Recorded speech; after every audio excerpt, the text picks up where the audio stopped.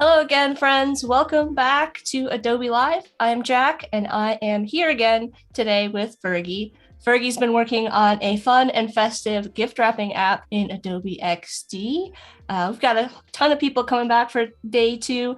Umacorn, Sarah Mapes, Annika, Kathleen's in the chat. Kathleen was just live with the Photoshop Daily Creative Challenge every day this week, 9 a.m. Pacific time. It's been a lot of fun. The designs that Kathleen's been making have been super cute.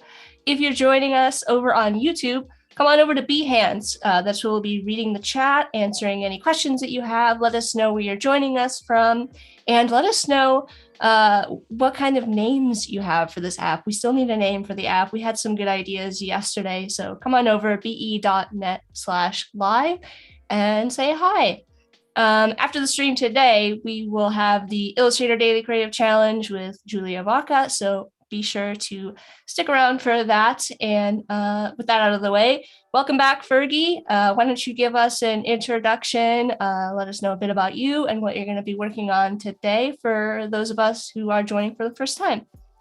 Sure, awesome. Thank you so much. So excited to be here again for day 2. Thank you, first of all, for having me. It's such a great opportunity. Hey, everybody, if you don't know me, my name is Fergie, and I'm a UX designer based over here in London, in the UK. I have been in the UX world for about 11 years now, so I've been doing this quite a while. I work in tech consulting, so I get to go and help a lot of clients problem solve, whether that's building internal software and solutions for their employees, whether that's building their customer-facing apps. I do a little bit of it all. And I'll just play a little show reel in the background here whilst we have a little chat, so you can see a few examples of my work. I am on pretty much every social media possible, so if you want to connect, feel free. I'm on Instagram at fergie.design. I am on YouTube. Design with Fergie is the name of my channel, and I share a lot of tutorials with, of course, Adobe XD and some other tools such as no-code tools and just other cool design stuff and portfolio reviews. Speaking of which, I have a really special offer for the audience today because I actually mentor and do that a lot online with different platforms. And you can find me over on Superpeer. Let me just go over here. And this is where I offer portfolio reviews, custom, if you want to have any lessons in XD, or if you just want to have a chat, a mentoring chat, you don't know what to do, you want some advice, we can do that. We can hang out and have a chat. And I have let me get this screen up so you can all take a screenshot, have a special offer. So if you use the code GIFTWRAP25, then you'll get a whopping 25% off of the things I offer over here. And this will last until the end of January. So don't worry about it now. Enjoy the festive season. But if anybody needs a portfolio review in the new year, then you know where to find me. So yeah, that is that. I like to just give back to the community. I'm also over on Behance. Obviously, we're on Behance now. I do a lot of my own live streams. So you can always catch me over here doing fun little projects, be it my own little passion project ideas or client work. I sort of stream to share the process. And I also have a subscription zone where I share my most popular design project files that people are always asking me for. Because sometimes, having a tutorial is nice, but having that file to work on and do it yourself and have that as a starting block, it's just a little bit nicer. So for the low price of $7, you can get access to all of the content that I put here. There's no limit to the number of times that you download it or anything like that. There's also a private Discord server, so you can talk to me a little bit more one-on-one, a little more privately and very direct, not going through kind of all these different platforms to try and get a hold of me. as well as a few other things, including, hopefully, once it's finished, a sneak preview of my UX book that I'm writing. So cool. Very exciting. Yeah, that's a little bit about me. Again, this is kind of everywhere you can find me. Feel free to connect. I love to meet more designers and have a chat. So yeah. But on with the show. We are here to design a gift wrapping app. So yesterday we went through and planned our screens, and we did some lo-fi wireframing. We're kind of working out, okay, what screens do we need? What do we roughly need to put on there? And it was very, put a few boxes, put a few bits of text, roughly do that kind of information hierarchy-esque, what's the journey going to be like type activity. And then we started to design it. So we started to add more of a UI layer to that. Today, we will be finishing off that design. We're going to look at adding some Lottie animations, which is one of the fantastic new features. Do you like Lottie animations, Jack? Oh, yeah, of course. Yeah, I love it. I've been having so much fun. So yes. I'm excited. Nice. I love them because it just saves so much time and effort and work doing them yourselves, because animation takes a lot of hard work and dedication and time. But they're not difficult to, if you have any experience in After Effects, it's basically animating in After Effects and then exporting using the Lottie plugin. So they're not as intimidating as they seem. I didn't know there was a plugin. That's amazing. Yeah. There's a plugin for After Wow. Effects you can download, and it exports your animation in the proper format. So you can pull it in your XD file. Well, I know what I'm playing with this weekend. So once we're happy with our design, we've added in those Lottie animations. We're going to go through and prototype it. And I've got something exciting and special lined up. We had a little peek of yesterday. Then we'll also be sharing this to Behance. So I'll show you a couple of ways by which you can take your prototype from XD and share that online in a Behance project. So yeah, we'll get going. Very cool. First little present of the day. We started off yesterday with our flowchart. So this is typically kind of how I'll start a project when I have this idea, just to help me focus and really kind of work out what exactly is it that I'm trying to do. So this is kind of roughly the journey that our user will go through in our app. They're going to select the gift box shape. Then they're going to add what color they want it to be. They're going to overlay a pattern. Then they might want to add a bow at the end. And then to finish it off, it's all going to animate and build and be beautiful. And the idea being this could be for, potentially an eco-friendly gift wrapping business whereby they're going to use a recyclable cardboard to create these gift boxes, use vegetable inks to print them for us, and then kind of flat pack it and post it to us through the letterbox. So all we have to do is pop it open like some origami magic, and then put the gift inside, and it looks like we've put a lot of effort into our gift giving to our loved ones. So let's have a look at the screens that we went through as well. You can see we've got a few. There's not loads of screens, which is quite nice. It's not an overwhelming sort of app. This is our first page here. What I did do offline is, if you know me, you know I am team name your layers. Yes. Okay. There's no excuses for me to not name layers. I had to go through and do that so that I know what is what, because I cannot look at my layers panel and see rectangle 4001, 4002. I don't know what that is. That doesn't mean anything to me. And when we're going to do auto animate, we need to make sure things are named exactly the same. Otherwise, it just won't work and things are going to break. And that can be really underwhelming and really frustrating, because then you have to go through and you find that it's because one of your shapes is called 4,444 and one is 4,445, just because of how XD will do that kind of incremental number when we're not naming the layers, especially shapes. So that's going to be important for prototyping. If we're doing any kind of auto animate, we want to make sure that they have the same name on both artboards so that the transition happens kind of as you expect. Yes, exactly. So I went through and named the layers offline, because you don't need to watch me do that. We all know how it's done. We have our first screen here, whereby we're going to today turn this into a bit of a slider, kind of select component type object, so they can pick which shape box they want to have. And then we'll continue the journey with the square, just because it's easier. I don't think there'll be enough time to duplicate everything to make it for one of the other sizes, but that's kind of what I would do next. So once they've selected this, they can hit customize. And then we come on over to pick our color and our pattern. So we have our little baubles that we drew yesterday, very, just with the path tool, with our pen tool to make a path, sorry, and with the ellipse, we just put a few quick ornaments together. Yeah, so yesterday Fergie went through and did all of these illustrations of the box and the, I'm going to say ornaments, were all done in XD. It was really cool. So be sure to go and check out the replay. Not now, after the stream, but be sure to check it out. Yeah, I just quite like, well, in fact, I love a lot of things about XD. You heard me say I love XD many times yesterday. We'll get that out of the way. Folks, I love XD. I'm also an ambassador. So kind of the 2 and 2 go hand in hand together, really. It works out quite nicely. I really like that I can draw all of these graphics here in XD using the pen tool, because obviously XD is all vector based, so I could open, even if I had an SVG that I had drawn in Illustrator, I could bring that into XD.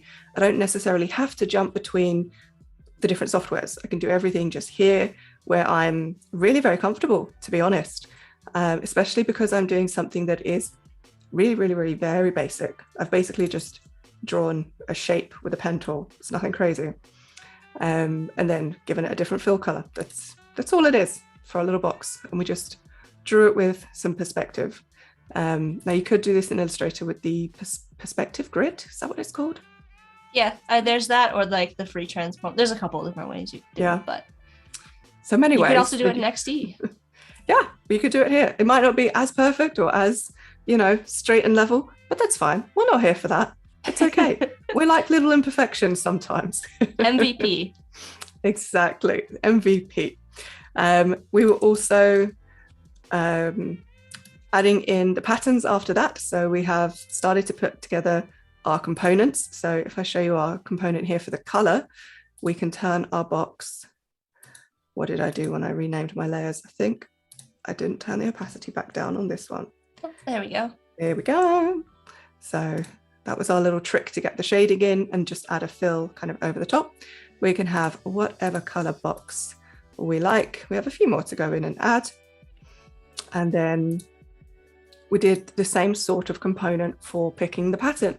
So I have these super cute illustrations that I can take zero credit for. They're by a fabulous artist that I found on Adobe stock. If you don't know me, I love pink. My brand is very pink, purple, orange, bright colors, very vibrant. So I fell in love with this the second I saw it, because it's not necessarily the traditional Christmas colors, but there's nothing wrong with that either. I just thought for this, we'd go with something a bit more bright and fun. So we've put our illustrations kind of within these little circular sort of windows that the users can select, and we've put the pattern into the box that we were painstakingly creating a grid for against the clock at the end of the day yesterday.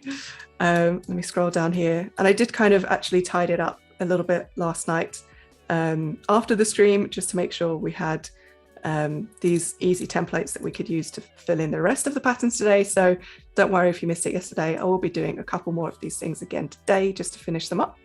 But basically, there's no maths or numbers in this. I did it by eye. I don't do maths here, okay? And I just used the rectangle to kind of draw roughly what looks like might be kind of halves to get our little template here. Again, I just used the pen tool to create paths, because what we can then do with this is take one of our pattern illustrations and drag it into the shape here multiple times. And when we put that over our colored box, we get one of our patterns. So just like that. Yeah, you basically made your own little like perspective grid inside of your. Pretty much. Yeah. It's not perfect, but it works. And then I also added in this kind of like colored edge around the lid of the box to kind of contrast and match the pattern. So whatever color you choose for the box, this would just help tie it in with the pattern a little bit. Nice.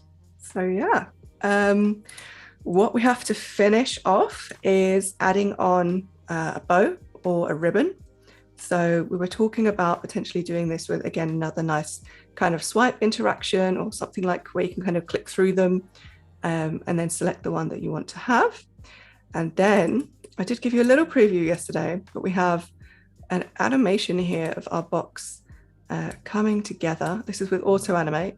Again, love, because why wouldn't you? So we have our box coming in, the lid goes on, and we've built our box. So what we can do later is we'll probably put this on the time delay and have it all build for us. Yeah, that's where we're at. Nice. Very cool. Thanks for sharing a walkthrough of what you worked on for everybody to get caught up to speed. Yeah.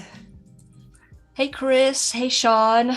Sean, you'll notice that I intentionally avoided the word, baubles today, because yesterday I thought of you when we were streaming and I could not pronounce the word. And I was like, oh, Sean was having the same problem on his stream. So it can be. There are so many words that are like that. There's words, I won't remember them now, but there's so many that I trip over on the daily. It's it's quite funny. So I'm just going to finish adding a few of our colors here. I want to remind everybody that we also have the artist spotlight today. So at like about an hour and a half into the stream, it should be 11 a.m. Pacific time, we're going to be showcasing an artist from the community and looking at their amazing work. Feel free, if you would like, to submit your own recommendation to the artist spotlight. There's a tab along the top above the chat you can click on and submit either somebody whose work you really admire from the community or yourself, and you can be featured on a future artist spotlight. Cody and I were on the same wavelength. Cody just shared this artist spotlight info.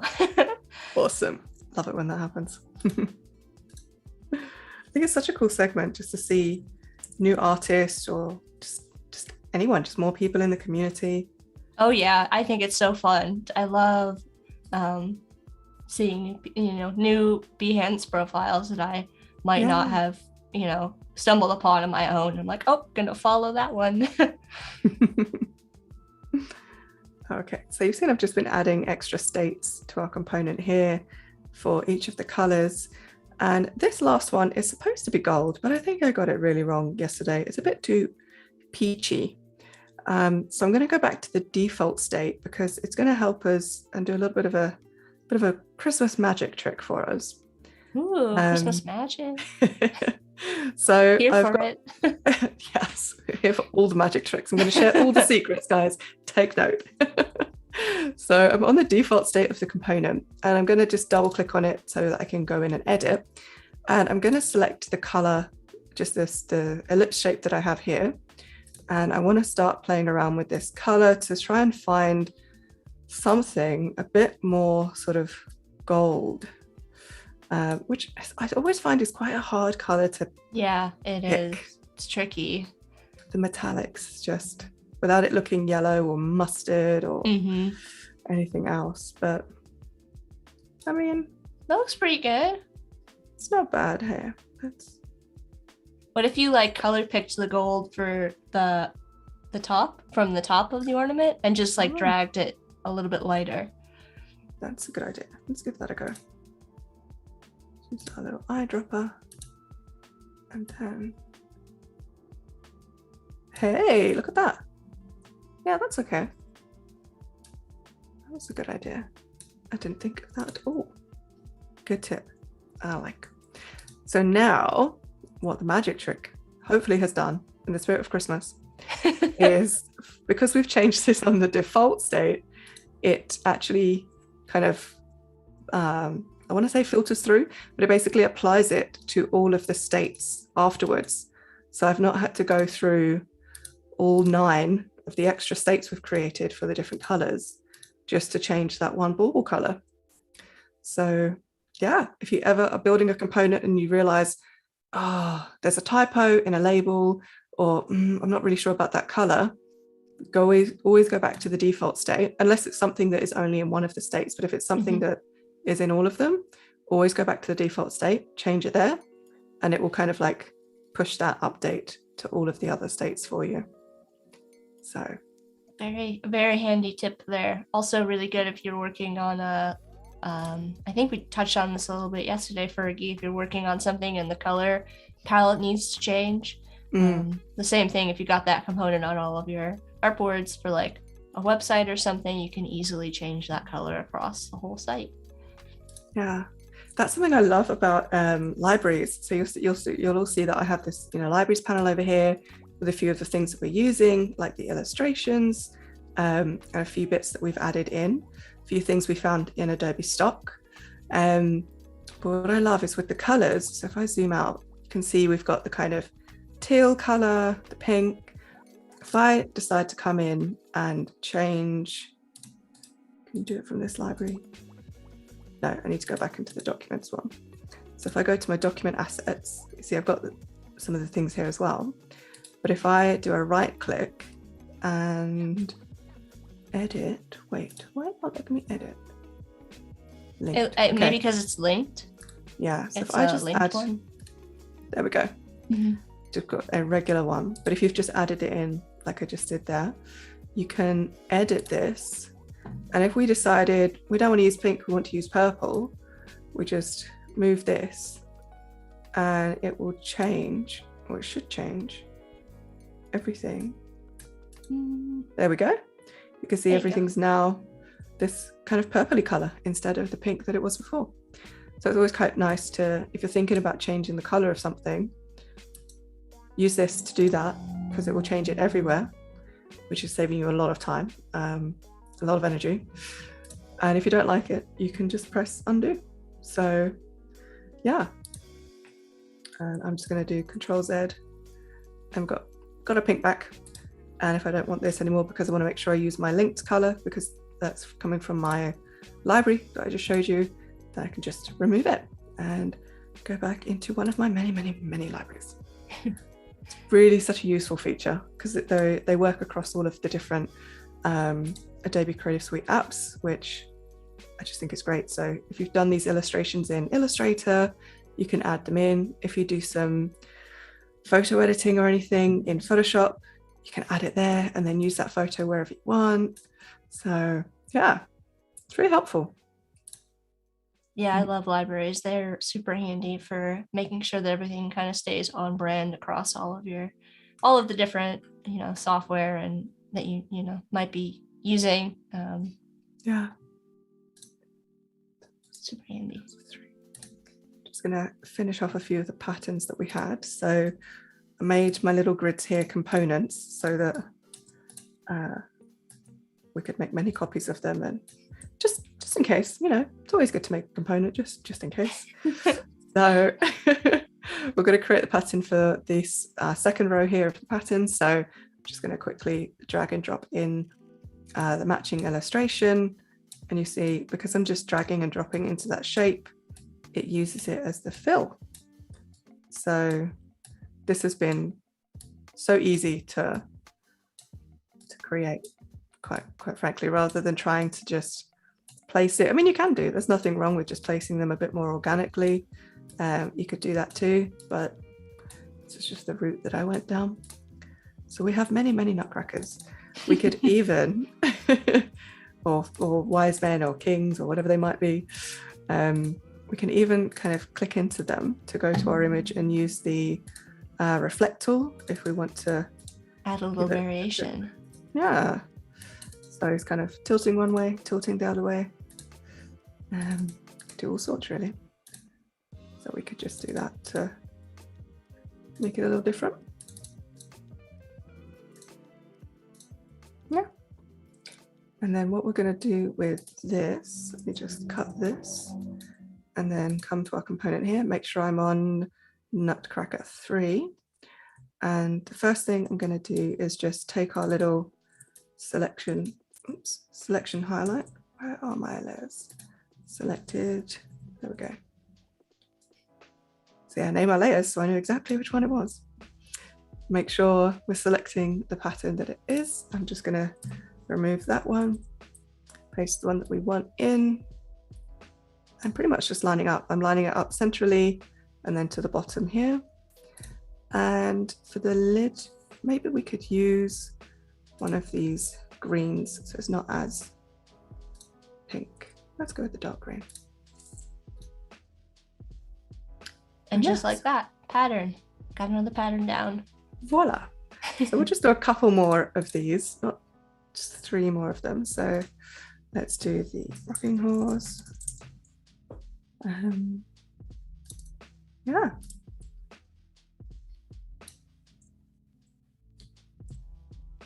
Yeah. So let us know in the chat if you have any ideas for a name for our app. Yes.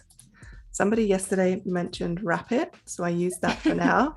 Rapid is the name to beat. So, and it could be punny if you're into puns. Well, I'm all here for the punny names.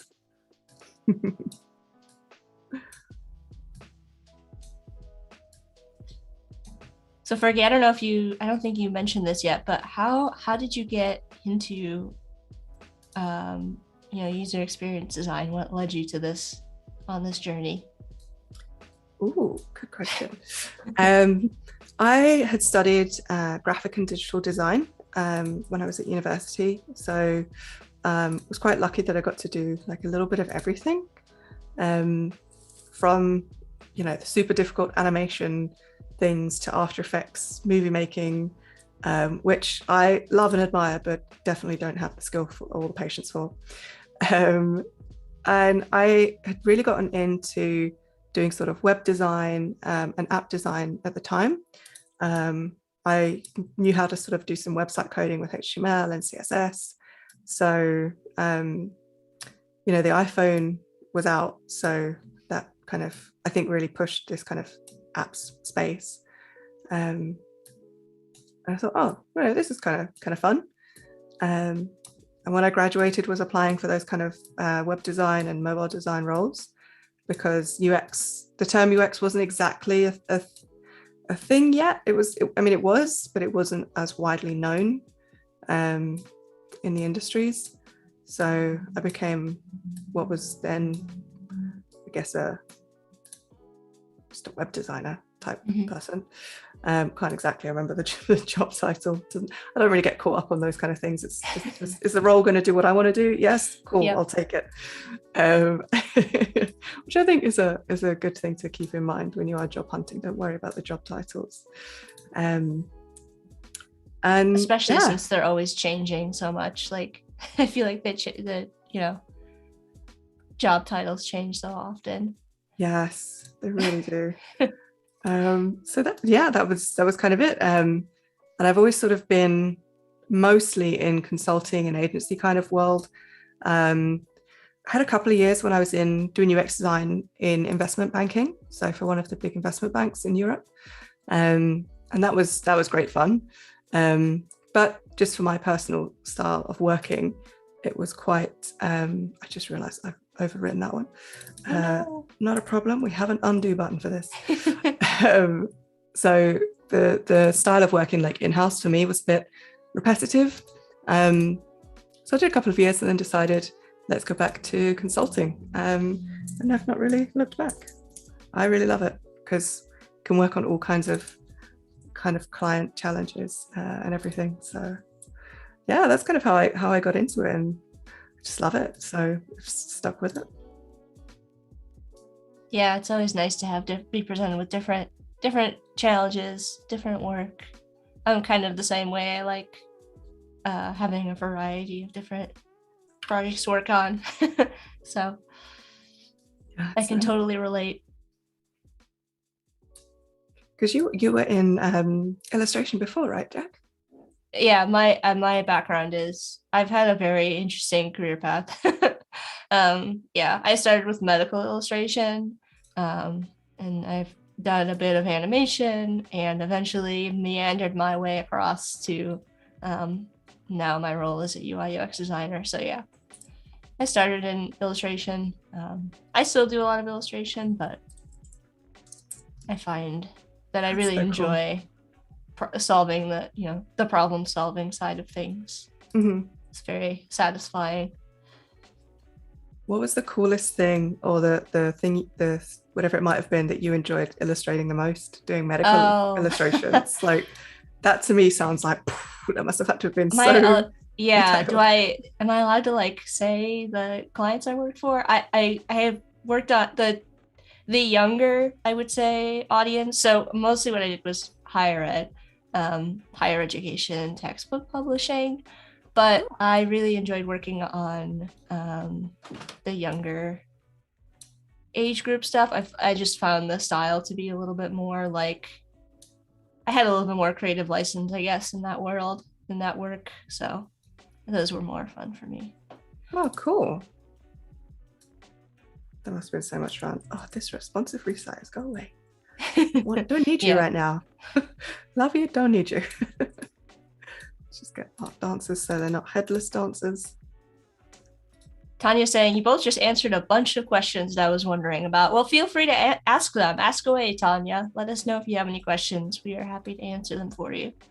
Yeah, happy to answer anything. I always find it really interesting to find out, like, when talking with other UX designers, like, how did they get into the field? Because it seems like something that it always is like, everyone's like, so how do you become a UX designer? It's like, such a hot topic. Yeah. And really, it's just, you could come from any discipline, any field. You don't have to have a design background. Right. And you'll have transferable skills to do some part of the UX process. Mm-hmm. Whether that's you've come from doing market research, you'd be a great UX researcher. It's the same activities, but just, in a different space. Yeah, you don't have to be an artist to be a UX designer. Just a problem solver. Exactly. Yeah. I think I always kind of had, even though I graduated with a degree in medical illustration, I think I always had those tendencies towards problem solving. That was what I really enjoyed the most. I guess that's what I enjoyed the most about medical illustration, I think. And the projects I enjoyed the most is when I had the chance to like use my skills to solve like real education problems, which it wasn't as often as you would think, but I really enjoyed that side of it. Nice. Moendwa is saying, I love the font you are using. Which one is that?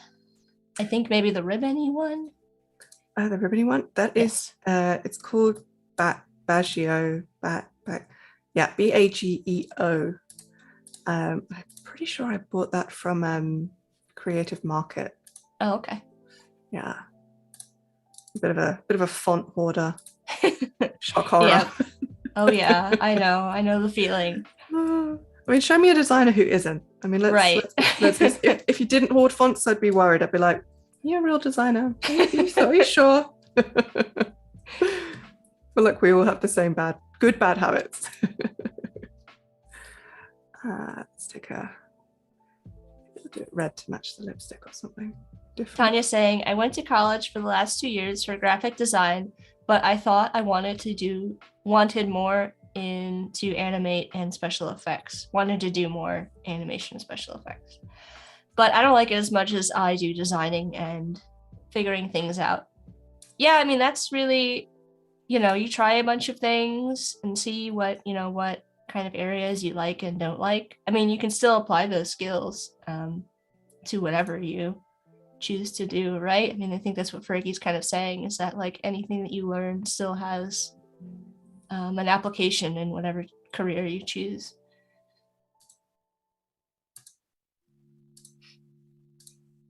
I think I did one of them twice.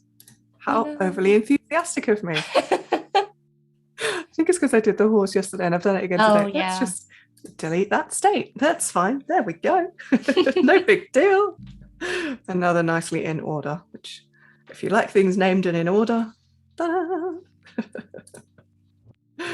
cool. All right, so we've got our color picker finished, our pattern application done. Let's move on to the bows. Okay, now this I think we're going to have a lot of fun with. Let me delete these. We don't need them anymore. we got some really fun bows. I've got one that I've used before. I spy a pink one, so starting there. Of course you do. So this came from a cupcake project, which for anyone who wasn't here yesterday. Oh yeah, show this. It's so good. I love this project. This was basically the inspo. So I set myself a challenge. I wanted to make this cupcake builder, but I wanted to challenge myself to do it on one artboard. Okay, just one. And I'll even open the XD file for anyone who doesn't believe me. And there might even be a screenshot in here, because with components, it's just so easy to create this kind of sliding picker kind of thing with just one artboard. So I made all the components. So this top one here is for picking your topping. There's one for frosting, one for the sponge base, the sponge base. Why couldn't I say that? You got it. Wow. Okay. We made it. We got there. See, there's always something to trip over, and that wasn't even a hard word. A magic sprinkles button. And I didn't do the whole flow because I don't want to design a checkout or anything like that. You know, it's pretty standard. But you can go through, select the different toppings that you want, say what frosting you might want to have, which base. So maybe we want to do like a red velvet with the cream cheese and some chocolate biscuits on top. Maybe we want to add some sprinkles. Yay! That's my favorite part. And they just rain in. But yeah, this was all on one artboard. So if I just scroll, here we go. The evidence, people. I have receipts. This was the inspo for this gift wrapping project. But I had kind of decided doing this on one artboard would be tricky-ish. You could do it if you really wanted to. So it's a really nice challenge to set yourself. But for the things and the cool animations that I want to be able to do here, we do need like the different artboards for that. So yeah, that's why we're doing multiple things here. Didn't want to limit what we were up to with just color on just a bow, you know. Add some pattern, let's liven it up a little bit. So this bow actually came from a version of that project where you'd select your cupcake and then you'd say like purchase or build, and it would put the cupcake there and then kind of go into a box. So yeah, thought we'd design a box. All right, bows. So we did find some on Adobe stock yesterday, and this was a new thing that I learned that, you know, Jack showed me yesterday because I didn't know this was here. But on libraries panel, you can type in your search. So if we search, I don't know, ribbon, it's going to search my libraries, but I can click the button to search Adobe stock. And that's going to go and find me pictures of ribbon. Super handy. Brilliant. Yeah.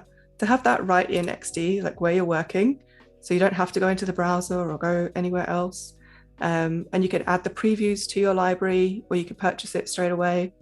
So yeah, I thought that was really, really clever. So we've got one bow here. Let me just unlock these and move them out. Tanya's asking, how do you know how many boards you need to do an app?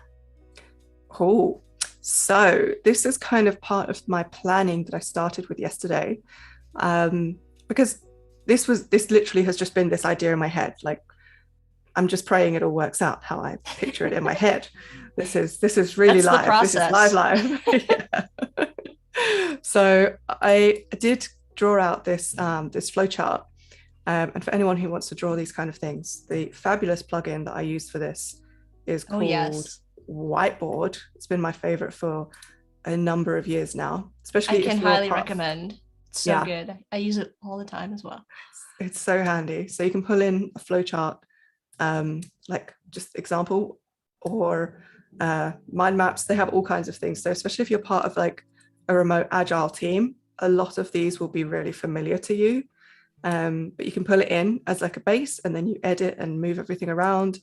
It has all the different elements like sticky notes and smileys and the different parts of the flowcharts that you can just drag in. And the nicest thing is, if you haven't done a flowchart before and you're wondering, why is that a diamond? Why is that a square? It tells you, because a diamond means you have to make a decision and a square is just an action. So yeah, it helps us. So because I had planned out the flow of, okay, well, I want the user to choose what shape box they have, then choose the color, then choose this. We started off by just adding artboards for these stages. So we've kind of had those 4. And then because I want to do some sort of animation at the end, when we've kind of got our final selection ready, kind of do a nice animation of it being built and put together, I've just started to add those few on the end. But I think most of the time, at the beginning of a project, you don't really know how many artboards it's going to take. And you're not really limited by that either. I mean, look how big the pasteboard is in XD. We have all of this space to fill up with artboards. So imagine if you're doing, and we're using the large iPhone artboard size as well. We're using the iPhone 12 Pro Max size. So you could design literally a whole app with multiple flows and everything in the one document, which is really nice to have that kind of space. Let's go back here. I'm going to pull this in from stock. Let's have a look. So many options. Yeah. We have that one that looks really nice as well. So I think what I'm going to do is show a little trick. So if I click on this little shopping basket, it is going to license this for me. It's popped up in my browser. Oh, I thought it was just going to do it straight in the app. Oh, so let me show you all. So it's just opened it for me, and I can just hit license because it's part of my credits that I have. I can just click and it will do what we need it to do, just like that. It will add it to a library. I don't want it in that one. I want it to go in our gift wrapping one. So then it's going to move it over here for us. Maybe we could do the other one whilst we're here too. Let's do this big bow. Just license this one. Dun, dun, dun, dun. Cody just shared a link to the whiteboard plugin. Tanya said that makes things much easier. Definitely. Cool. There we go. We've licensed them now. So we've just licensed those 2. And you'll see straight away, we pulled this in when it was a preview. And you know something is a preview because it has the Adobe stock watermark on it. And that's not there anymore because it's all synced through the library. So it knows we've just licensed this and purchased it. But, we've paid for it now. It's ours. So it's given us the actual full rendered image without the watermark. And the same with the bow, the little ribbon one here. You'll notice that little shopping cart icon that's on, like this one, for example, isn't there. So that's how we know we've actually purchased it.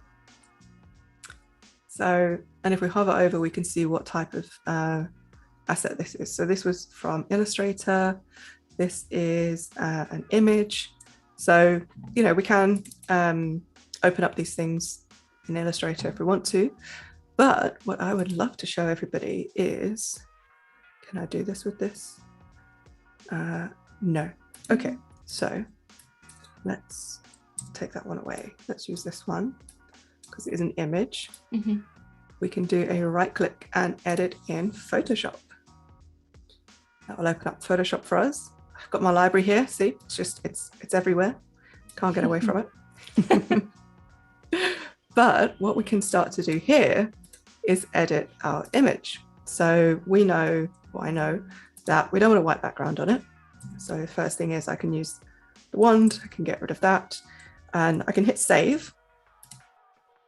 And because we've taken it from our library and into XD, when we go back to XD, just like that, it syncs so quickly. Magic. Yeah. So even if you're working with a visual designer or another member of, another team member, they can work and do what they're doing. And you don't have to pull in the photo again or do any updates like that. Everything just syncs, which is just really nice. So then what I'd like for us to try and do is, if I open the library, we've got pinks and turquoises. We want to kind of change the color of the bow. So what we could do is we could do a hue and saturation change here. So we're not like overlaying a color layer or anything like that. We're just playing with this. Ooh, Ooh, Yeah, that's pretty close. pretty nice. Now, all I'm going to do is hold down. Oh, you know what I didn't turn on yet today? Oops, not that one. Let's put keystrokes on so you can all see the shortcuts that I'm doing on the keyboard. So I'm going to hold down Command, select the image, and then I'm just going to say image crop because I don't need all this space around it. Mm-hmm. And then what we can do is go to libraries and we can add, oops, I probably need to select it. So if I select both of these here, we can add our graphic. And then we have our pretty little turquoise bow. And we could make an adjustment here again. So if we want to make this pink, let's go along and try and find how we get pink. Ooh, maybe purple. Do we have any purples in ours? Not really, but it might be nice. So we could do a purpley one. So again, go back to my layers, select both, library panel, plus graphic, got purple bow. And since we're in Photoshop, can we open this from here? Just want to open the image of this. Guess we're going to go to Illustrator then to do that one, just so that we have a few different ones. Mm-hmm. So I'm just going to close this one now. I'm not going to save because that's our original red bow. We do want to still keep that. We can see we now have our purple one and our kind of turquoisey teal colored one. I'm going to go ahead and open up Illustrator. Going through all the programs today, learning a little bit of everything. Doing it all. And I'll show you how you can literally just take something from Illustrator and drop it right into XD. So we could skip that library, the adding to library part if we wanted to, really easily. Let me just open it from over here. Dun, dun, dun. Shravel's asking, do I need a degree to get a job as a UI designer in any company? I have a finance background. Tell you what, the finance industry is always crying out for UX designers. So there are definitely times where having the domain knowledge and being a specialist in a particular domain like finance is actually more important to a business and a company than having a degree in the the creative skill, because the design is something you can learn and you can pick up. And I would say you don't need a degree for necessarily. Yeah, you can. I have a design degree. I didn't need the design degree. I just did it, and then paid off the debt for many years afterwards because it's not cheap. It's not free. But no, I would say you definitely don't need to go and get a degree. There's plenty of other ways of learning to be a UX designer, picking up all the skills without paying an absolute fortune for that. There's courses, there's free YouTube videos, there's plenty of books you can read. There is so much online content that I would say you don't have to get a degree for. That's my opinion. And I've never seen it damage somebody in interviews. I actually do a lot of interviews for my clients that I work with when they're trying to build teams. And yeah, we look if somebody has a degree sometimes, but to be honest, we're more looking at what's their background, what are their skills in, what do we need them to be able to do. It's not a hard and fast thing, I would have said. Let's make this blue. Nice. So you're just using Recolor art in Illustrator to change the color of the bows? Yes. Sorry, I was too busy chatting about. Just letting everybody know. Glad you got my back there, Jack. Yes, so we thought we'd just make a few different shapes and different colors. So we've got a blue one here. So I'm going to select that, and we can add it to the library if we want to then edit and change it all over again. But we can also, this is all vector, you can see all these crazy shape layers going on. We can hit copy, we can go back to XD, and if I just move this, make it smaller, move it out the way, we can actually just hit paste, and this is going to paste in the vector for us, because XD is vector based as well, so we don't have to do all the sort of fiddly other things we don't want to. So So like we have a really nice collection of bows here. Purple one's not quite loaded. Yeah, nice set, nice variety. Yeah. So we can have some choice. Let's just do one more in a different shape and color. I'm not sure why this one's, oh no, it's fine. Thought it hadn't loaded into the library properly. Yeah, it's just, it must be the preview. It's just doing a struggle a little bit, but it's just like, oh, you're asking too much. It's on the struggle bus. Let's do, I like this cute bow tie looking one. That one's cute too. So edit colors, recolor artwork. But I'm not going to change because I think all the shading and everything is beautiful. It's magnificent. I cannot do any better. So I'm literally just going to use the color wheel, slide around. If we could get a goldy color, maybe. It's ambitious. It's not too bad, maybe. It looks pretty good. Yeah. You gotta be. There's always like that fine line between like too much orange or too much green. Yes, I think we'll go with this. And we could add this to the library. So for example, we would do the exact same thing with it selected, hit our plus button, graphic, and then it goes into here. However, we have some, I think that might just be extra shadow layers. Preview. See if it comes in right in XD. It might just be previewing the alpha a little bit weird. Oh yeah, you're right. Interesting. Cool. Good to know. Yeah, all good. All right, we have a fantastic bunch of good-looking bows. I get far too excited for all the shiny, colorful, like extras. Honestly, it used to have this. I think you're gonna need a couple more selectors there. Yeah, I might have done a few many. Yeah, we'll probably do a few more. So this is fine. But we said we wanted to do a sort of slide in type design here. So let's move these artboards so that I can put these to the side. This will make sense in a second. So I just want to put these here so that I can get to them easily, because we're going to need to resize them and place them. So what we can do now is think about the size of it. Now this is obviously like way too big for the size of our box. So we can just change it. Maybe we just want it to be a cute little sort of pom-pom style in the middle. So we could do that as one. And then what I'm going to do is just use the shift key so it stays in that kind of horizontal position. And I'm just going to move it just over here, out of the way, basically.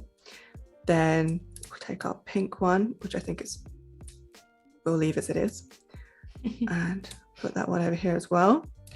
But we might have some that we put in maybe a different position. So maybe we put a bow on one of the corners. We could maybe do it at a little bit of a fancy angle or something. Put it on the side, probably a bit much. Depends. Maybe we could put it along the lid side of it like that.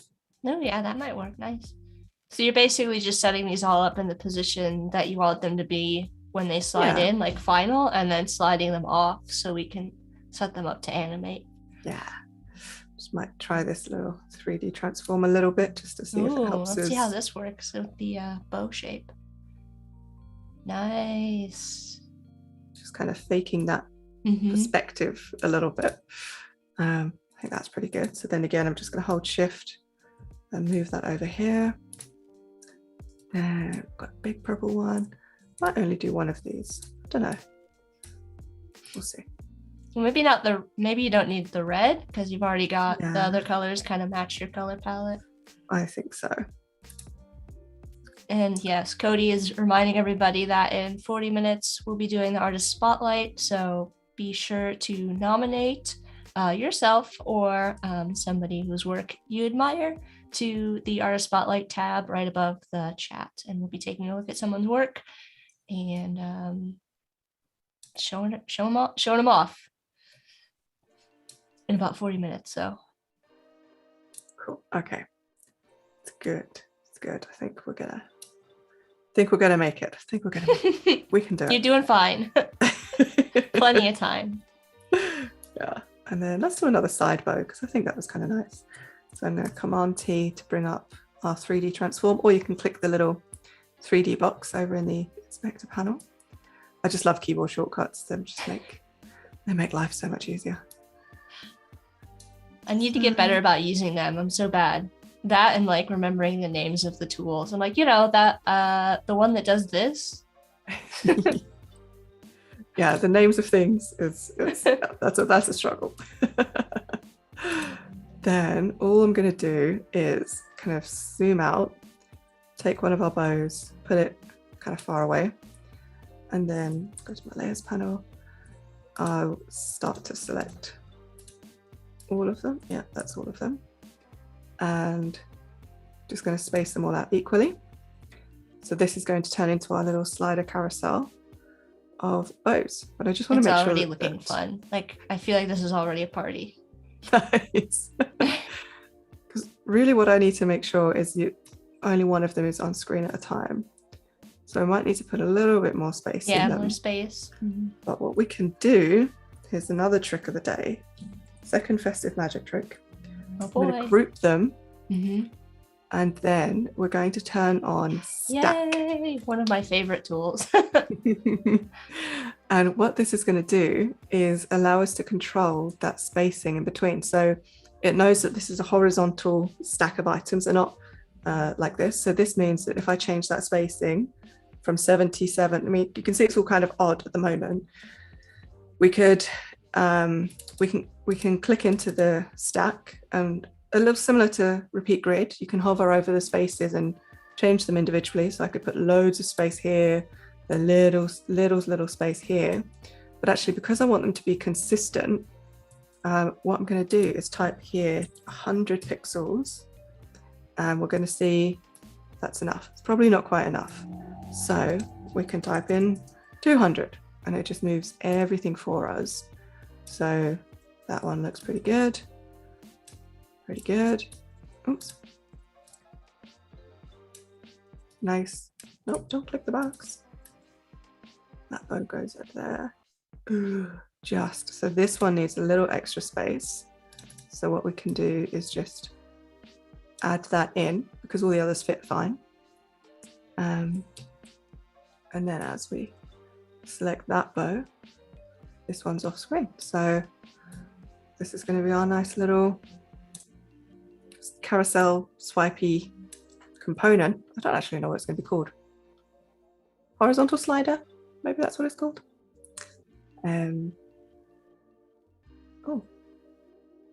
So we can go ahead and make this component.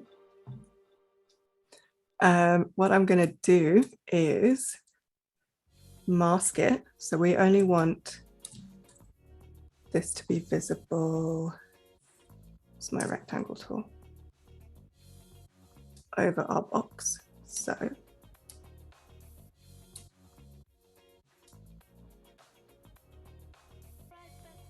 let's do that about there. Then select our group as well. And I'm just going to mask it. So Command Shift and M. And then we can do a Command K to make it a component.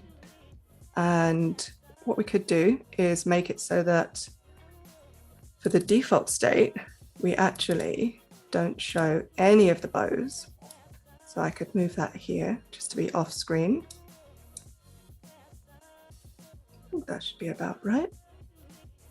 And we can then go ahead and add in states like we were doing before. So new state, we can have gold. Just going to name them by colors because I think that's quicker. Take the group, move it over. Sure. Sound effects important. Sound effects are life. There's always something, some strange sound I'm going to make for something. Which one is next? The blue one? I might just number the bows. That might be easier. Let's call this one 1. Bow number 2. So double click, get our stack group, move that in so that bow's about there. Bow number 3. Yeah, it's really helpful to have your kind of all of your states planned out before you make your component. It makes it a little bit easier to like line everything up. Yeah, I think so. It's good to have an idea of what it is that you want to do. Everything is, you can change anything and everything at any time, which is really nice. But yeah, just have an idea, kind of run with it and see what happens. Change it later. It's the nice thing about design. It's not really, with some things there's a little bit of a rule and a right and a wrong, but for most part, not really. There are no rules. Add a bow, and maybe I could give our user a little bit of an instruction. So swipe through. I was like, where's my spell check, please? Yep. To pick the perfect. Oh yeah, perfect. I like that. Bow.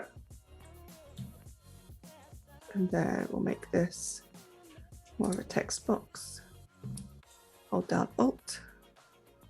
Then I'm going to want my grid here actually. So I'm just going to turn on my layout grid because we had made sure that the buttons and the box fit before.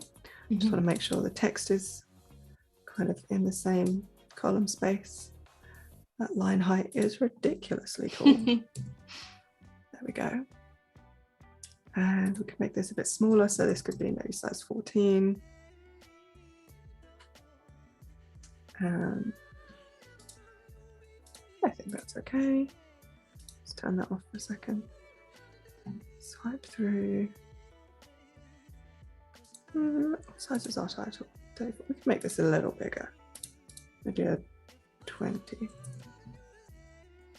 Let's put that grid back on. What's the shortcut for that? This one? This one? No. This one. Command, Shift, and apostrophe. I'm like, wait, which grid do I want? Eeny, meeny, miny, moe. Yeah, we talked yesterday that other grid's a little bit harder to look at when you're working. Yeah, all those tiny squares. Definitely, especially if I, have a day where I'm like, oh, I didn't put my contact lenses in. It's like really, really dizzy. Even with them, to be fair. Then what we can do is I made the buttons a component. So we don't need actually we do need a back button, but we want this one to say finish because that's the last step. Yeah, let's add in our interactions though. Maybe we want to add in an arrow. To indicate that the user can swipe. Well, you've already got the text down there, but it's not a bad thing to have an arrow. It's up to you, I think. Thinking that way we could make it so, well, we could test because I don't know if we can, but we could let them tap the arrows left and right, or we could let them just kind of swipe on an ever looping kind of carousel, which is the easier way to do it actually. Let's loop it through first. So let's head to prototype mode. And let's add an interaction, and we're going to use the drag for the swipe. And we want that to auto animate to. I need it to go to a state. No, can we not do that? Tap. Yeah, I don't think you can do a drag on a. We're going to fake doing a swipe, folks, for the time being.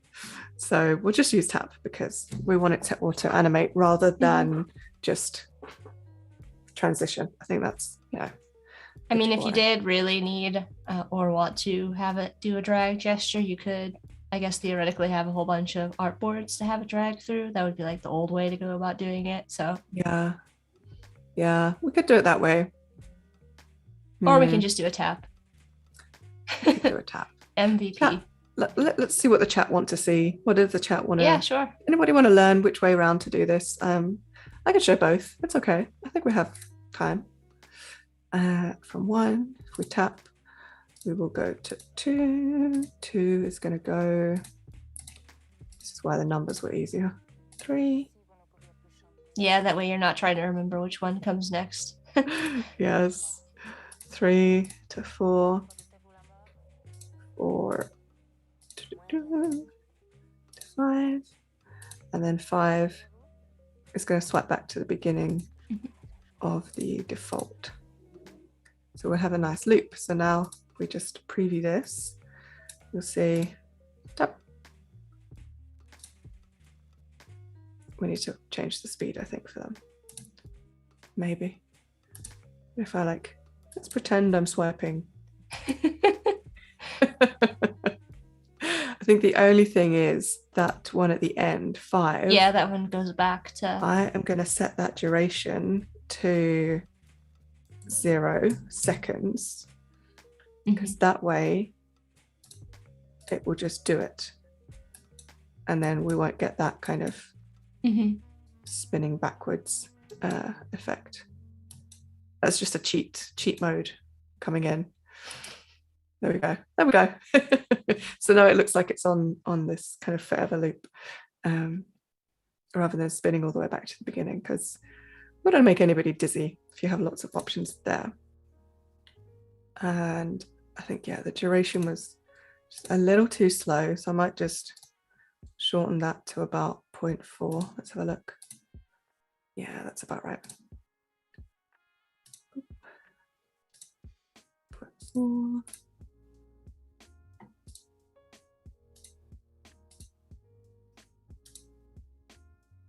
Chat, what are you saying about the drag animation? You want to see it? Because we could do it. Yep, let us know. Do we go through and make the artboards to demonstrate how? Do you want to see how to do a drag, I guess? How to do a drag animation. I mean, we can at least do at least demo it, maybe, even if you don't end up going that route. Show how you might go about doing that in XD. Yeah, let's do that before I move on to that thing. So what we could do, alternative option, let me just duplicate this artboard down here. So if we were to have this one set with our, I should have named the component rows.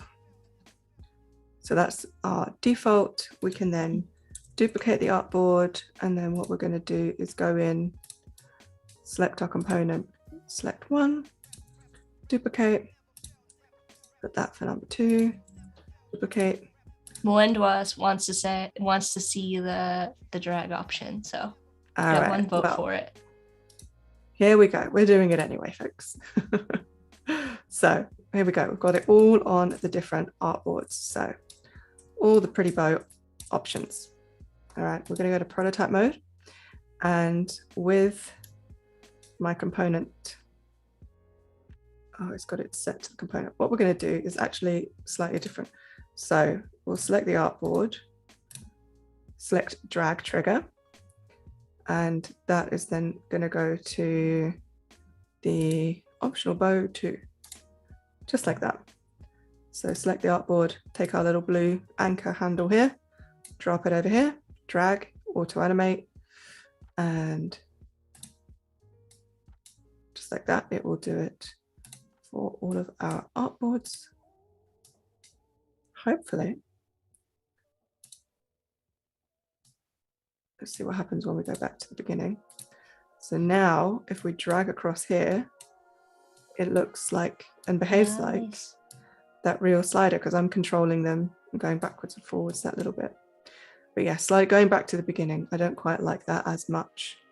So I would probably set this one to be a tap, set it back to 0, and just fake it. Smoke and mirrors, folks. It's about the illusion and the art of the possible.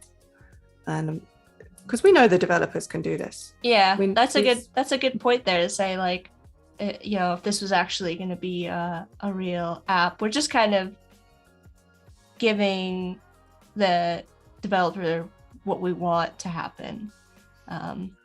Right? Exactly.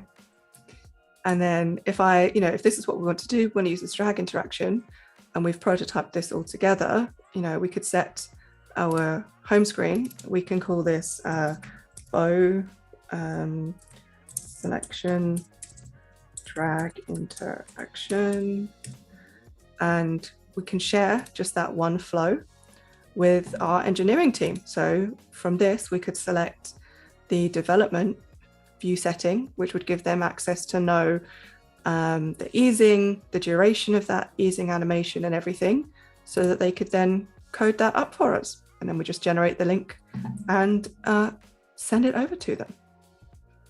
So it's super helpful. I really love that we can do everything in XD. I think it's just so handy that we can go from an idea to sketching wireframes to doing, high spec, high fidelity designs to shipping it off with everything the engineers need.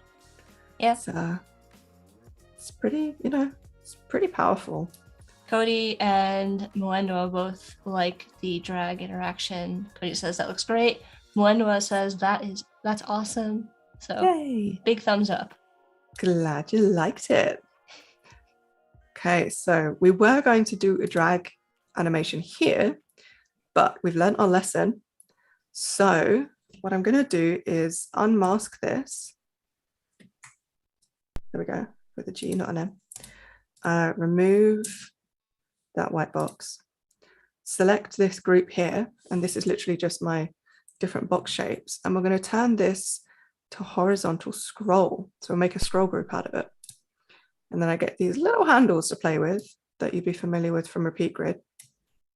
Because I'd already positioned this and everything, it's in place. I just need to make it the right size.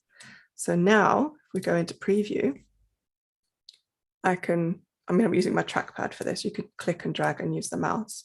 Mm-hmm. But yeah, so now we can swipe and look between all of our box options and click our box, and here we go. We can start to get into the journey.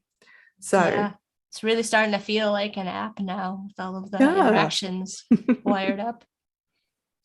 Yeah, and I know we've got, how long have we got until Artist Spotlight? Let's Almost. see if we can finish this. And then we've got about 20 minutes until the Artist Spotlight. Okay, we're good. Put this on default. Put this on default. That's already on default. Okay, great. Let's get into prototyping. So something I've added on here is you'll see, hey, you've got a cube box. What is that? Because it's outside of my scroll group. This is just my little trick. But actually, I'm wondering if I need this now. Let me turn this off, because what I want it to do is take the box and kind of auto animate to the next screen for that sort of consistency. So let's see if it will do it.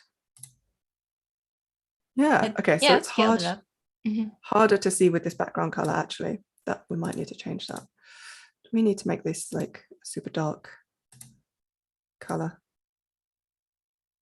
Or no, don't like it, sorry. It's all right, we're just not going to have a white box anyway, we know that. But this is, these kind of contrast things are things to be aware of and think about when we're designing. So actually, you could try like a gradient. I know you were exploring that a little bit yesterday. Have it be darker kind of at the top and go to lighter. Let's try it. Let's see. Ooh, that's it's not need to flip it. Let's okay, so where it's dark, let me pick this kind of color that we have here, and then up here. Don't know what it is, but it just looks it feels a little stormy. Yeah Nice, isn't it? I wonder, is it because we need to go more maybe more into the color rather than a gray? Maybe that works. Because the idea is like the same turquoise at the top to kind of match it to the previous screen. Let's try it. Might be a little bit too bright though. What about this one? That's too same issue. Let's kind of go with this for now. So if I, how can I do that fill? Can't just copy paste. Can you copy the appearance? Artboard. I don't know if we can do that on Artboards. Let's see. Yes, look at that. Amazing. So Command Option V. Yes, learning all the tricks, and probably change this to be something else later. But for now, I don't know. Let's make it orange so we can see it properly. All right. So for prototyping, because I've named my layers, and inside scroll group we have the box options, and we have ignore this. These are the cards that they're sitting on with the tags. We've got tube box, cube box, and shoe box. So because we've got this cube box, and because this here is also the exact same cube box, it's going to animate it over there for us when we select it. And you can see I've already put that prototype link here, going from clicking on that image to here. We could also say put it on from clicking on the card, so that wherever the user clicks within that kind of rectangular space, it would work. So here in preview mode, we can swipe, have a look at the different box options, and cube. Ooh, something went a bit funky. Yeah.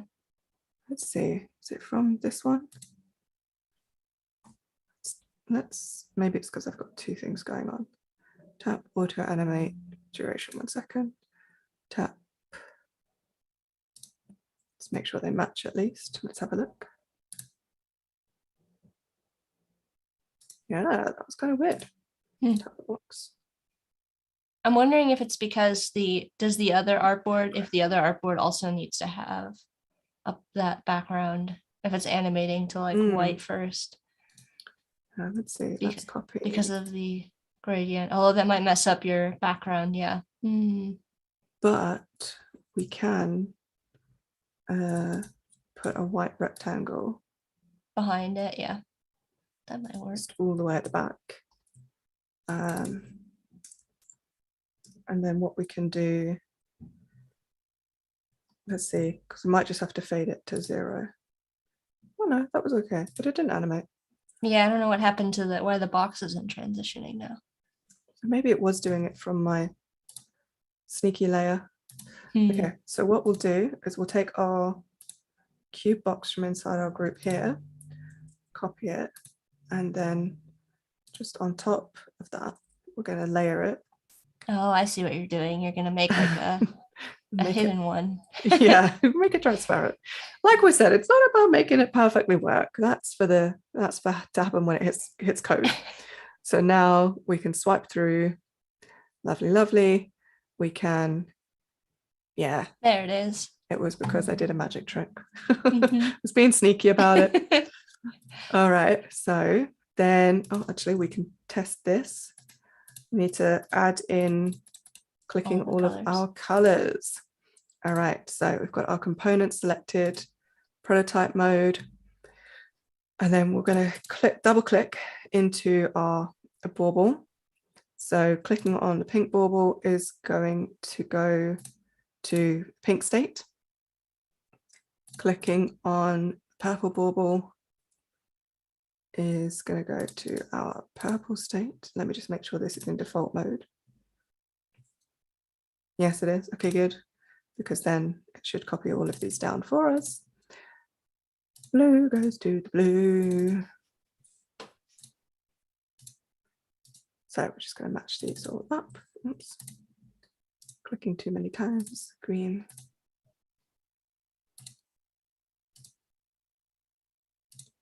Yellow. And we can probably turn, I don't know if we need this to be auto animate or not, but we'll see. It's not really much to animate, to be honest. Then silver and gold. So you can see it doesn't take that long to do. So now if we go here, think. Ooh, look at that. Oh, Oh, uh-oh. oh, it doesn't. So the same way you can edit in default, You have to go in and we have to go change through and there. do it. Yeah. Yeah. So from here, oh, this is long. Okay. Viola says, watch it, dang, watching in the past again. Were you not, did you, were you behind a little bit, Viola? Yeah, if you notice that the little icon that says live, if you click on it, it'll bring you up to the most recent if you're a little bit behind your video player. Either that or you can refresh the page and it should bring you back into the present.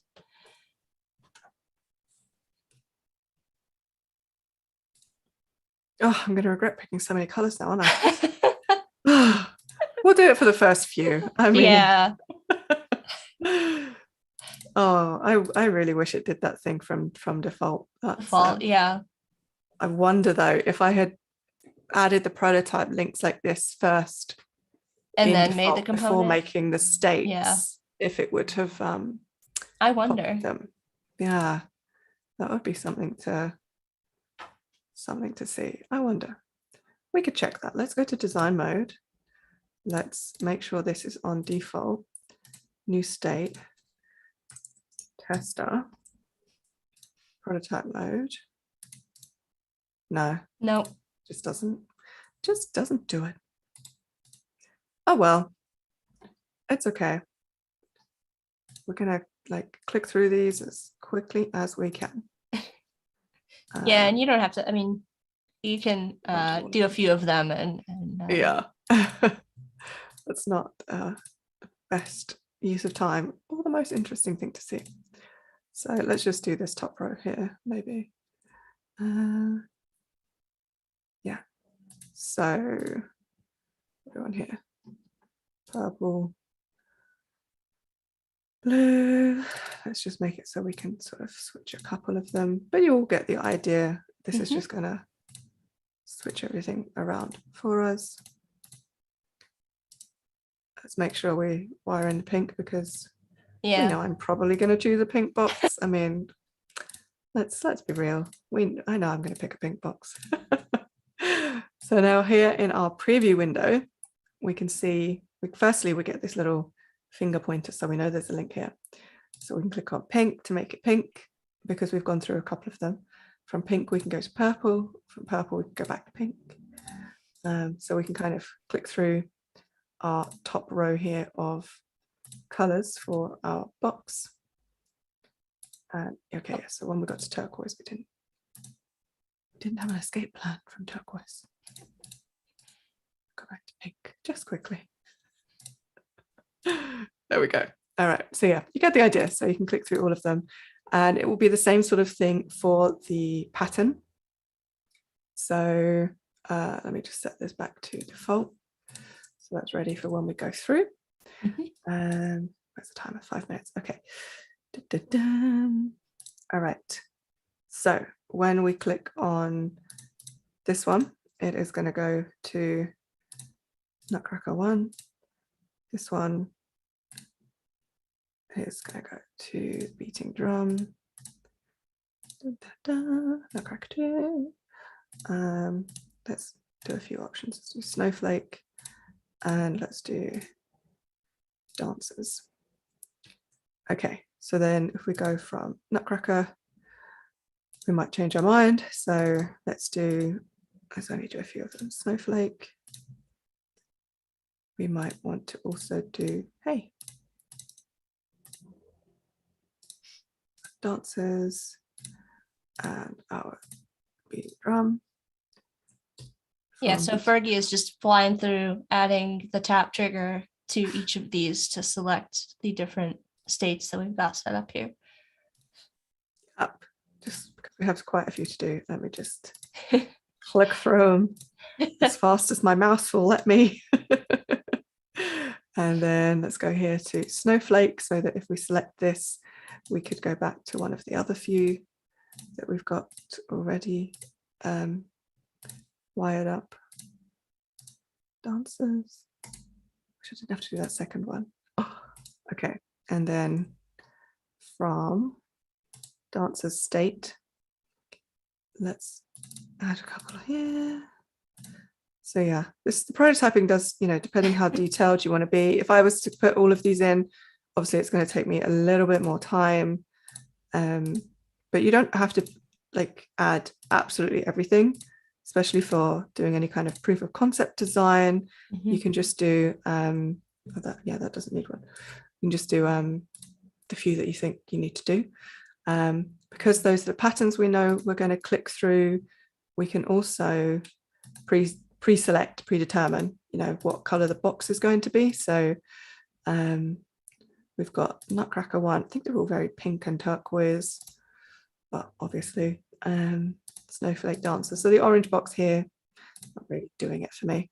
So I think we could select maybe the blue. The blue looks nice. A bit lilac-y. It's kind of okay. So we've got snowflake, or the dancers, or the drum, the Nutcracker, which I think is okay. I think it looks somewhat Christmassy, and it's not, it's not pink, because I'm trying to diversify. Branching out. Yes, that's the phrase I'm looking for.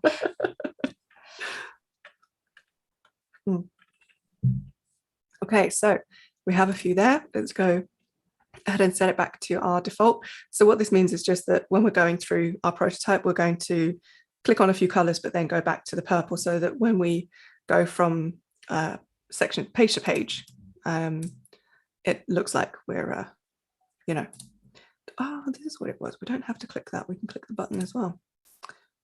There we go. Let's, sorry, I just realized we do have a button. So let's use the button. Tap auto animate. 1 second. That's fine. Okay. Same for next. It's going to auto animate and take about a second. Might be a little long. We can go through and have a look. Yeah, we can see how it looks and then adjust the timing from there. That shouldn't be going backwards. That should be going over here. And we'll go through the bows and then we hit finish. So we just need to finish that up. And then what we can do here, so this is our home screen. So this is our outflow. And I can preview this now. So we can have a swipe through, look at our boxes, put this one centrally. You could do it a tap if you wanted it to be, but let's hit customize. Yeah, I think 1 second is a bit too long. We could change it to pink, purple, blue, whatever we want. We know that we're going to go with blue. Let's hit next. We could probably not have that auto animate. That could probably just be transition. Yeah, that might get rid of that weird fade.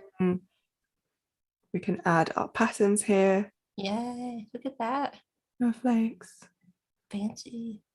Again, they probably could have been transition instead of auto animate, so that it doesn't do that kind of fade thing. So for example, where's the next button? This one. We just want to change this to transition, and it could be dissolve, or you could do none, or you could do like a page, push.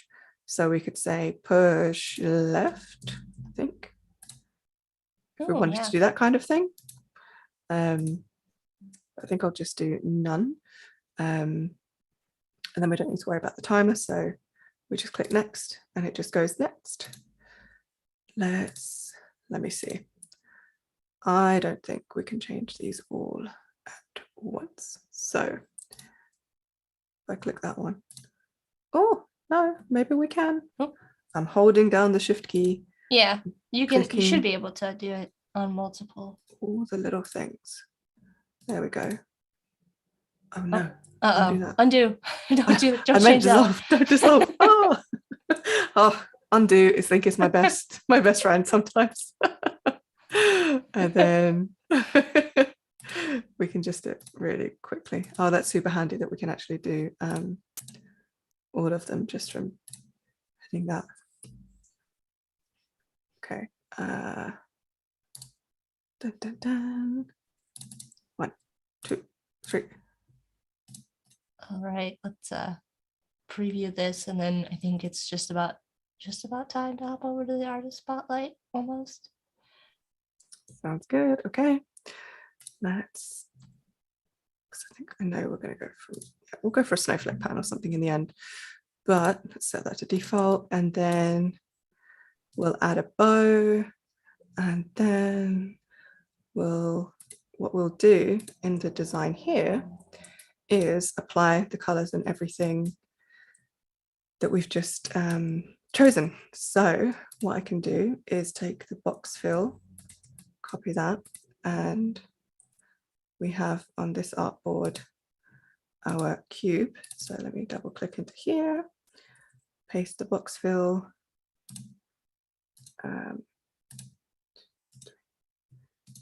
Take those away.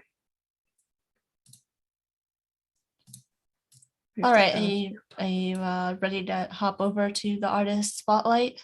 And we can switch back and finish up the package here in a sec.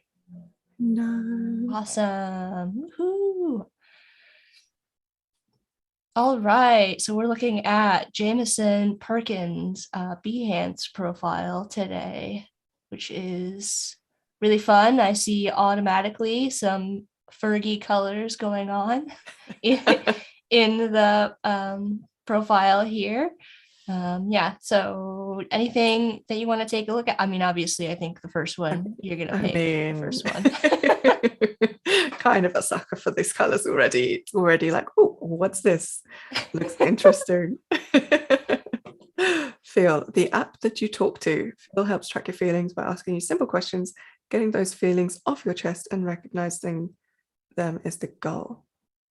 Cool. So Jamison, it looks like has 15 years of experience in branding, marketing, print, and UI UX design. So yeah, I love this. I love this just right here. I think this is just so cool to see. The page of sketches really gets just really nice way to showcase your process to prospective clients, give them an idea of how you kind of work. Always nice to see. Definitely. Oh. Yeah, the mood board here, or it looks like the stylescape they've got is really cool. I love these, like everything about this. It makes so much sense. Like you can definitely see how the inspiration's been pulled from all of these. For sure. Yeah, I love that. Sure. Done some wireframing. Okay, so let's get into it. Yeah, I like the presentation too, how it kind of flows from that sort of stylescape to the wireframes really seamlessly. I like how he's clearly, because you'd mentioned his background, he's clearly done a little bit of everything for this one, like with the branding and everything. I love this effect he's done. Yeah, that's really cool. Like actually making it a bubble. I'm wondering if this was all done in XD, because I see XD over there under tools, but yeah, that's pretty impressive. That would be impressive. 100% vector. It could have been. Yeah. This is just the outlines. Yeah. That is. Whoa. Yeah. Oh, look at I love the animation. Wow. So cool. Oh, this is so my aesthetic. But take my money. Let me download it now. Oh, that's clever. Yeah, I like that. With the bubble, feelings bubbling up, emotional bubble. That is really clever. This is just such a lovely way of presenting. Having this kind of animation through the screens. I love this bubble. This is beautiful. And then having these in the background so you can kind of see a little bit of everything. Because you don't always need that iPhone frame, I like that. Yeah. Like he's done something different. It's really cool. Let's have a look what else we've got. A few mock-ups. Screens.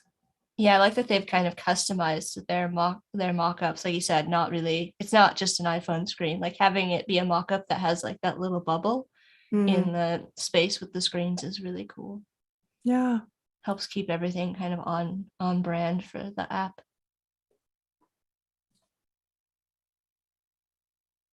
Gives a little advice. Oh, There's a video. Let's see.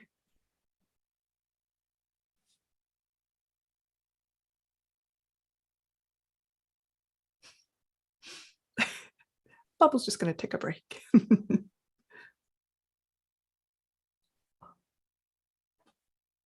Wow. I love how I think they must have done some auto animate with this. Yeah, for sure. How Especially like those, breathing. the slide up, the screen that slides up and stuff. Yeah. Mm-hmm. Really nice. Oh, that was fancy. Ooh. Yeah. Ooh. Should have looked at this first for inspiration. The bubble like menu style, I think works really well with the concept overall. It's like really, they really kept everything like on brand with that circle element throughout. Yeah, they really did. Everything just is so cohesive, but with the fact that they've done that, they've really used that's the circular bowl shape with all the round edges and the round buttons. And then this is just talking through. This is quite nice. It's like an annotated video. Yeah. Telling you about how it works. That's really clever. And that would be really easy to create in XD. You wouldn't necessarily have to do it separately. Yeah. You just change your artboard size, mm-hmm. Put the text at the side. Yeah. Yeah. Do you use XD for like presentations and recording videos? I use XD for everything. I think I like to the point where I've even used it to do a floor plan of my home. Oh, that's when I was cool. trying to work out like what new furniture to buy. Make sure it would all fit. Like, what layout should I do? We have time to look at one more. Yeah. Let's go with food or gaming. Oh, that's a tough choice because I love both, but I think maybe let's go with food because it looks like a little bit of a different style. Let's do it. Umacorn saying, oh, nice. Tanya says, awesome. Yeah, everybody be sure to follow Jamison on Behance. Yeah. Like I said, whenever I see these kind of artist spotlights, I like to follow the person because find cool new work that way. Like this is really cool. different aesthetic, isn't it? Such a different style. Yeah, I love the this looks like a recipe app maybe where you pick different, choose a protein, choose a add-on. Love it. I've done the color palette, like these little toggle buttons. Those interesting little highlights. Yeah, like it was throwing me off for a minute there when I saw the little cursor mouse going at the same along with yours. I was like, oh, which one's which? What's happening? No, that's not me. But that's a cool idea too, to show the interaction, having that. Yeah. It's really nice. Okay, there's a video, but what else? Let's try and go through. Ooh. I wonder if it's a menu. Maybe it's a menu. I don't know. Yeah, maybe. For like a restaurant. Yeah. Yeah, like add to order. Yeah, add to order. So it's like ordering. Really nice. Okay, now let's have a look. Okay. Tanya saying, I was wondering if I could do everything in XD. Oh, you totally can. I think I live my life in XD. I haven't found something that I can't do in XD yet. Let's put it that way. Okay, let's see what the other video was quick. That might be more of a walkthrough. Oh, that's fun. Ooh. Yeah, very fancy oh, look at menu slide going on there. I like how too it looks like they've got you can either like do a swipe gesture, kind of like you were talking about with yours, or you can use that tap for those arrows at the top to cycle through. Yeah, it's nice to give users options, because I think swipe can be a bit of an advanced interaction that those of us who do use swipe, we automatically kind of try and swipe on everything. But if that's not a familiar interaction pattern, you've not learnt it, and there's not an obvious button to click on, users don't always know. So I think it's quite nice to have both options. Yeah. Wow, really awesome work. Definitely, folks, go follow Jamison. Go check it out. Yeah. It's got even more projects I'm sure are going to be just as awesome or more awesome. So yeah, very cool. Already following. So yeah, me too. So let's hop nice. back over to your screen, Fergie. But yeah, if you want to be sure to submit, somebody to the artist spotlight up there so they can get featured, just like Jamison on the next stream. Tanya's asking if we draw in XD as well. And yeah, Fergie did all of these elements here, the boxes and in XD. So if you go back later and watch the replay, you can see a little bit of XD drawing, the little ornaments or baubles. I'm getting better. I think I'm getting better. You're doing so well. And then I think this layer needs to go here. Yeah, there we go. But yeah, I draw stuff in XD too. It really depends. If it's something that like if I don't need to open up another program, I can just do it really quickly in XD. I will tend to just do that since I'm already in the program. Yeah. Okay, all I'm doing here, folks, and I'm really, really trying to get this done. It's like my personal mission to actually finish is just like putting the things that I know I'm going to select and together, just putting them, in this like built version. So this is what we'll end up with. Just need to grab a bow. Need to put them on this one as well. Come on, I know I have a thing here. Where is it? Try selecting the artboard and it should show. Yeah, there you go. Yeah, because it's all off the artboard, off the edges. Okay, so I need this to come down here. Tanya, I don't know if Sean is still here, Sean Kozel, but Sean was before he only had XD. I feel like he had XD in Photoshop or something like that. And so any vector work that he was doing it in XD. Wow. So talent. So color goes here. Okay. So now our box will be on. Let's get a bow. Quickly. Which bow do we want? You've still got plenty of time. We've got like a little over 20 minutes. So oh really? Oh, okay. Why was I thinking it was less? Oh, breathe. It's nothing like a bit of pressure to help you get something done. No, we've still got time. All right, come in here. So basically this is the design, the box design I'm gonna select. Of course, I've gone with the most pink things possible. It's me. Pink is the brand. So not sorry. Sorry, not sorry. Because remember, we're trying to sort of smoke and mirrors what we're doing here. So if it were to work, what I want to happen at the end is we hit finish and the user has this really awesome animation. Just paste that background there of the box being built. So what we can also do is I want us to have a screen where we do a little animation. So we're going to add in a Lottie animation real quick. Let's go to our plugins panel. And extended patterns looking really fun. Thanks.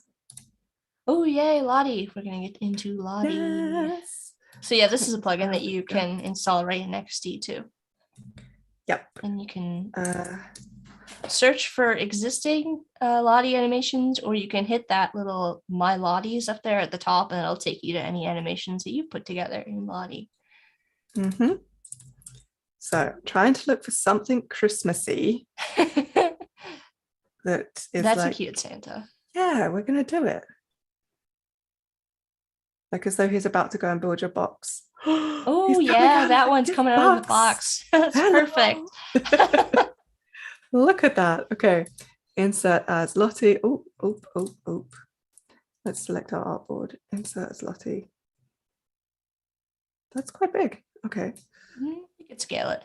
Yeah. I don't think it quite needs to fit because nothing really happens on the edges. I think they're just there. Yeah. And transparent, but let's see. So what we need to do is put the right settings here for our Lottie. So we want it to play automatically, or you could play on tap or no playback. We want it to automatically. And then what we can also do is turn on the loop. So if I now preview this artboard, Oh yeah. hey Sada, hey. And you'll see he'll just keep jumping out that little box at us. It's not quite center, so I might just nudge it over a little bit. And then what we can do is add a little message saying we're okay, no, the elves, yes, elves are crafting your Everybody is gift asking if we have picked a name yet for the app. I think we have a temporary name. Yes, we've called it Rapid. Did anybody come up with a really fun? Yeah, let us know if anybody has a different name for the app.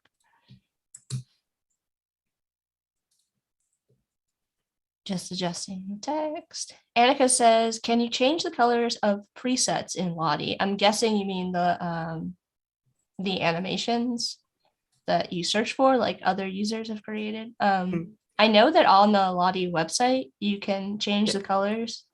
Yes, exactly. Yeah. I've only ever done that on the Lottie website. So you can sort of change the colors, make it more for your brand, make it fit more in with your app. So I might do something here, and obviously first thing I do is make the ribbon pink, yes, make the box our version of turquoise. I think I'd leave Santa, I'd allow him his red suit. I think not trying to start any Christmas wars here, so Santa can stay in red. He doesn't need to be on brand, that's his brand. But yeah, you can open that up, and so for example, if you click on the three dots here, view on web, that's opening in my browser over here. Dun, dun, dun. This is what it looks like on lottiefiles.com, and you can also search here. You can change the background color, the speed, you can start to edit things. So yeah, you can do loads more. Just make a free account on Lottie to do that. Yep. So yes, that's the answer. The answer is yes. All right, so let's make sure, let's get rid of that plugins panel. We've got everything linked up together because I don't think we do. We've got the next button there. Finish is going to go here. It's not going to auto animate. We're just going to transition. Then what we'll do is on this artboard, we'll have a timed transition before we build the box. So we'll let it load for maybe, I don't know, 2-3 seconds. Let's go with 2. Yeah. So 2 seconds before it swaps over to building our box. Don't really need it to have a duration. No, we just want it to kind of go there, I think. And then let's test this. So click finish. Excuse me. Nope, it went backwards. Oh yeah, look at it. There's what like is this second rogue wire. What is that? Hang on. What's going on here, XD? I think I put that in. That goes there. Oh, is that because that's the... No, the other ones aren't. That I don't know. Might have just been very suspicious. Where's the elf on the shelf? Is he up to no good?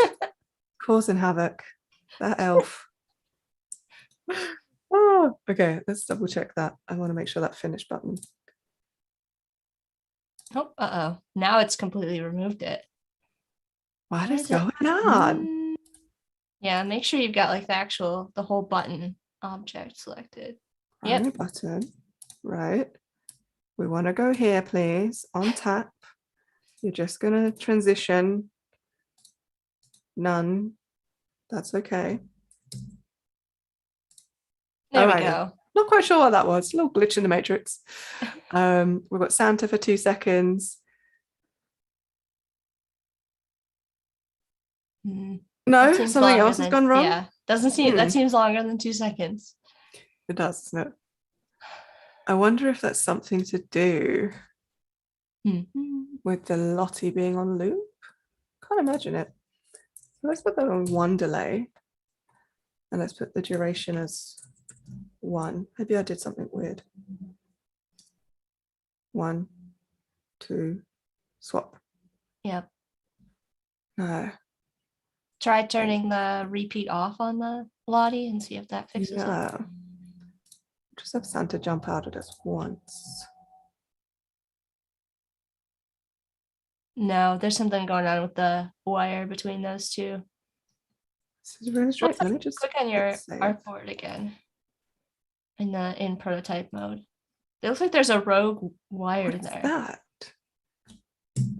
No, that's just for the Lottie to play it.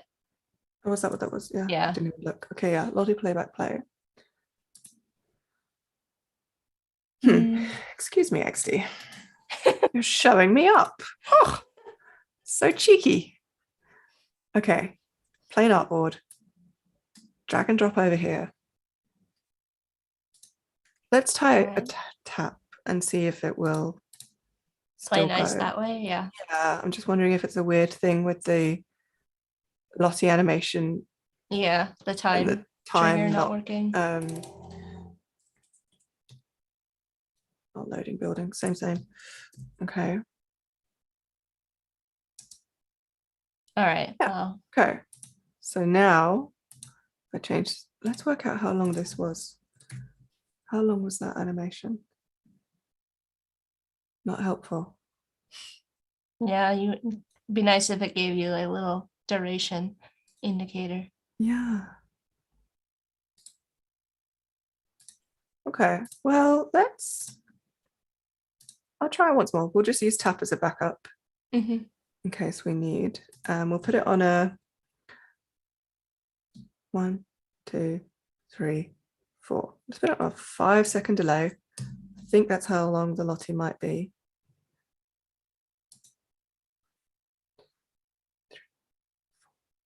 5.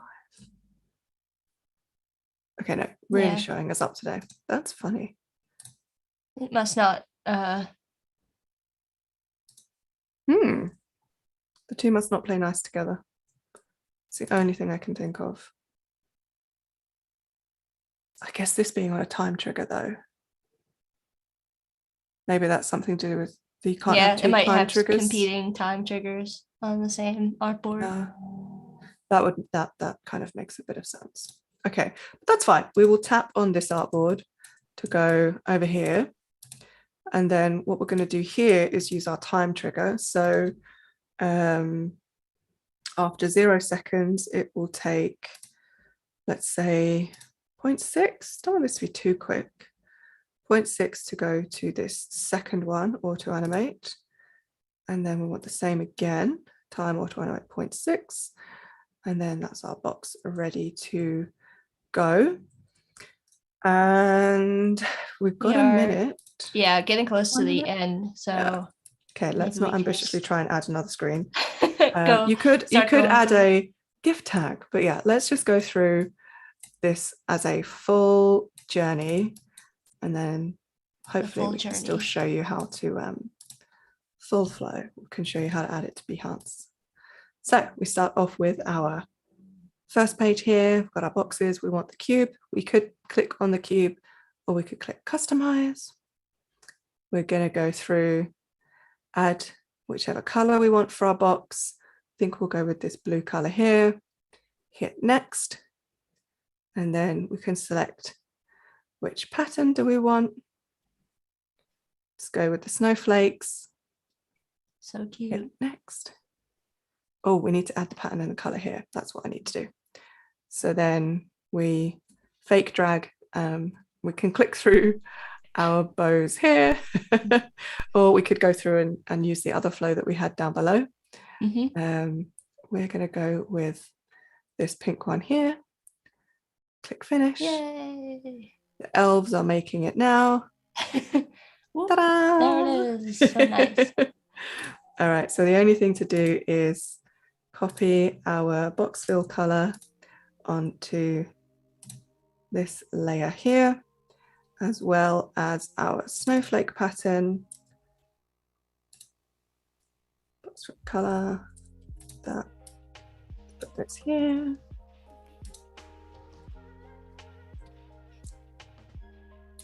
And also needs the little pink bit.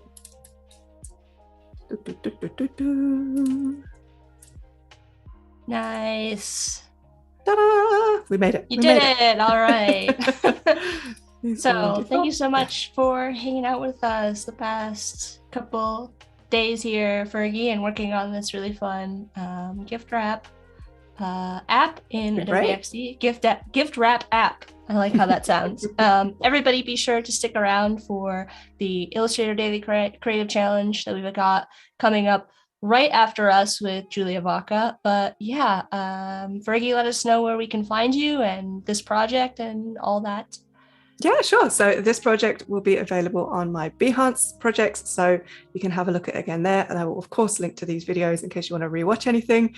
You can find me over on Instagram at Fergie.design, YouTube, Design with Fergie, TikTok. I'm basically on everything. So wherever you are, come and find me. Let's connect.